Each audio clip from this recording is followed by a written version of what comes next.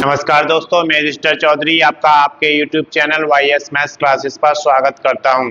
दोस्तों, आज इस वीडियो में हम लेकर आए हैं कि 8वां वेतन आयोग में कौन कौन सी सिफारिशें लगाई गई हैं, उसमें क्या क्या फायदे आपको मिलने वाले हैं, आप इस वीडियो में देख सकते हैं। अगर अभी तक आपने चैनल को सब्सक्राइब नहीं किया, सब्सक्राइब करें, वीडियो को लाइक करें और ज़्यादा से ज़्यादा शेयर करें ताकि ये वीडियो सभी दोस्तों के पास पहुंचे जो 8वां वेतन आयोग लगने का इंतजार कर रहे हैं।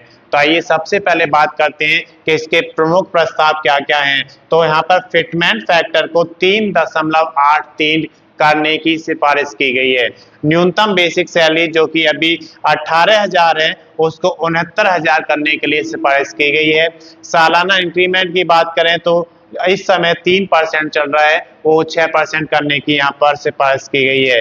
पेंशन जो कि अंतिम वेतन का 50% मिलती है उसे 67% तक ले जाने का यहाँ पर प्रस्ताव रखा गया है। परिवार में 3 यूनिट से बढ़ाकर 5 सदस्य यानी कि माता पिता को भी इसमें शामिल करने की सिफारिश की गई है। और मैटरनिटी लीव के लिए यहाँ पर पहले 180 दिन मिलते थे जिसे बढ़ाकर 240 दिन यानी कि 6 माह से बढ़ाकर उसे 8 माह करने की सिफारिश की गई है। अब अगर फिटमेंट फैक्टर यहाँ पर 3.83 हो जाता है तो आपकी बेसिक सैलरी पर क्या फर्क पड़ेगा आप यहाँ पर देख सकते हैं। मान लीजिए इस समय 7th पे के अनुसार आपकी बेसिक सैलरी 18,000 रुपए है, तो 3.833 का जब यहाँ पर फिटमेंट फैक्टर लगेगा तो आपकी बेसिक सैलरी बढ़कर 69,000 रुपए हो जाएगी। अगर इस समय आपकी बेसिक सैलरी 20,000 रुपए है तो ये बढ़कर 76,667 हो जाएगी। और अगर इस समय आपकी बेसिक सैलरी 7th पे के अनुसार 24,000 रुपए है तो जब फिटमेंट फैक्टर 3.83 लगेगा तो उस समय आपकी बेसिक सैलरी 92,000 रुपए हो जाएगी। अगर इस समय आपकी बेसिक सैलरी 26,000 रुपए है तो ये बढ़कर 99,667 रुपए हो जाएगी। अगर बेसिक सैलरी इससे ज्यादा आपको मिलती है 7th पे कमीशन के अनुसार, मान लीजिए 29,000 रुपए मिलती है तो 3.83 का जब फिटमेंट फैक्टर यहाँ पर लगेगा तो ये बढ़कर 1,11,167 हो जाएगी। अगर इस समय आपकी बेसिक सैलरी 30,000 रुपए है तो ये बढ़कर 1,15,000 रुपए हो जाएगी। अगर इस समय आपकी बेसिक सैलरी 32,000 रुपए है तो ये बढ़कर 1,22,067 हो जाएगी। अगर इस समय बेसिक सैलरी आपकी 7th पे के अनुसार 35,000 रुपए है तो 3.83 फिटमेंट फैक्टर लगने से ये बढ़कर 1,34,167 रुपए हो जाएगी। लेकिन अगर आपकी बेसिक सैलरी इससे भी ज्यादा है, मान लीजिए 38,000 रुपए है 7th पे कमीशन के अनुसार और फिटमेंट फैक्टर 3.83 लगता है तो ये बढ़कर 1,45,667 हो जाएगी। अगर इस समय आपकी बेसिक सैलरी 40,000 रुपए है और फिटमेंट फैक्टर 3.83 लगता है तो आपकी बेसिक सैलरी बढ़कर 1,53,334 हो जाएगी।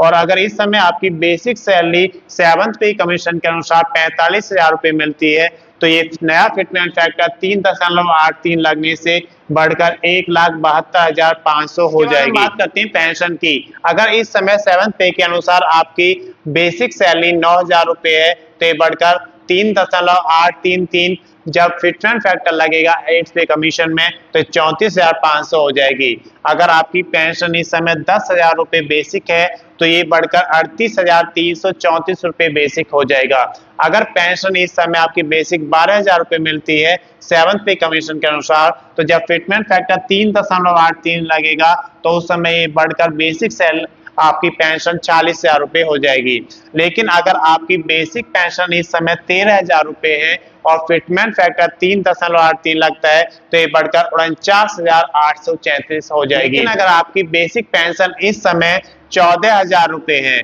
तो 7th पे के अनुसार आपको मिलती है और 8th पे कमीशन में जब फिटमेंट फैक्टर 3.83 लगेगा तो ये बढ़कर 53,667 रुपए हो जाएगी। अगर आपकी बेसिक पेंशन इससे भी ज्यादा है, मान लीजिए 15,000 रुपए आपको मिलती है तो ये 8th पे कमीशन में जब आपका फिटमेंट फैक्टर 3.83 लगेगा तो बढ़कर 57,500 रुपए हो जाएगी। बेसिक पेंशन इस समय 16,000 रुपए है तो फिटमेंट फैक्टर 3.83 लगने से आपकी बेसिक पेंशन इस समय बढ़कर 61,334 हो जाएगी। लेकिन अगर आपकी बेसिक पेंशन 17,000 रुपए 7th पे कमीशन के अनुसार मिलती है तो अगर फिटमेंट फैक्टर 3.83 लगता है तो ये बढ़कर 65,167 हो जाएगी। और अगर आपकी बेसिक पेंशन पेंशन 7th पे कमीशन के अनुसार 19,000 रुपए है, तो 3.83 फिटमेंट फैक्टर लगने से बढ़कर ये 72,834 हो जाएगी।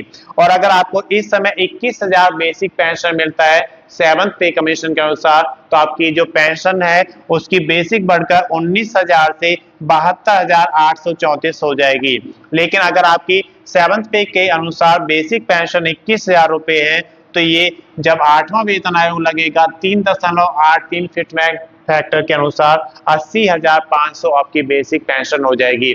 लेकिन अगर बेसिक पेंशन इससे भी ज्यादा आपको 7th पे कमीशन में मिलती है, मान लीजिए 23,000 रुपए मिलती है और फिटमेंट फैक्टर 3.83 आपको मिलता है, तो 8वें वेतन में बेसिक आपकी 88,167 हो जाएगी। तो मैं समझता हूं कि इस वीडियो के माध्यम से आपको आपकी बेसिक पेंशन कितनी बढ़ जाएगी और बेसिक सैलरी कितनी बढ़ जाएगी, क्या क्या आपको फैसिलिटीज मिलने वाली हैं, सारा कुछ समझ में आ गया होगा। अगर अभी तक आपने चैनल को सब्सक्राइब नहीं किया, सब्सक्राइब करें, वीडियो को लाइक करें और ज्यादा से ज्यादा शेयर करें, ताकि ये वीडियो से भी दोस्तों के पास पहुंचे जो 8वां वेतन आयोग लगने का इंतजार कर रहे हैं। अगर आपने पिछला वीडियो नहीं देखा है तो उसका लिंक मैं इसके डिस्क्रिप्शन में शेयर कर दूंगा, आप वहां से देख सकते हैं। धन्यवाद।